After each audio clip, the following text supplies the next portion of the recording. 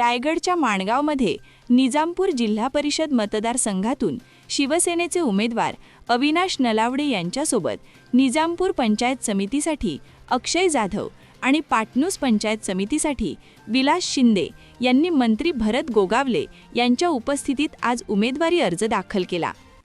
शेकडो गाड्या आणि हजारो कार्यकर्ते यावेळी रॅलीला उपस्थित होते। निजामपूर ते माणगाव अशी मोठी रॅली यावेळी काढण्यात आली होती।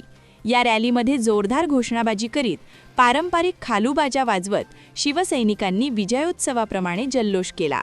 पहिली गोष्ट पहिली गोष्ट की आज या निजामपूर गणामध्ये राष्ट्रवादी या पक्षाला आज उमेदवार नाही, त्यांनी बाहेरचा उमेदवार आयात केलेला आहे। मी आज इथं स्थानिक आज उमेदवार आज निवडणुकी लढतोय आणि माननीय भरतशेठ गोगावले मान्य मंत्री, कॅबिनेट मंत्री तसेच आमचे आधारस्तंभ विकास शेठ यांच्या मार्गदर्शनाखाली त्यांच्या आशीर्वादाने आज मला या निजामपूर गणामध्ये आज सीट दिलेली आहे। आणि तिथून सीट दिल्याच्या नंतर मी असणाऱ्या लोकांची जे काय बेरोजगार आहेत, जे आहेत मुले त्यांच्या कसे रोजगार भेटेन, त्यांचे मी रोजगार भेटण्यासाठी मी प्रयत्न करेन। असणाऱ्या गावामध्ये जे काही लोकांच्या समस्या आहेत, लाईट, पाणी, रोड, रस्ते यांचे मी कामं करेन आणि त्यांच्या पण जे काय असल्या छोट्या मोठ्या समस्या मी सोडेन।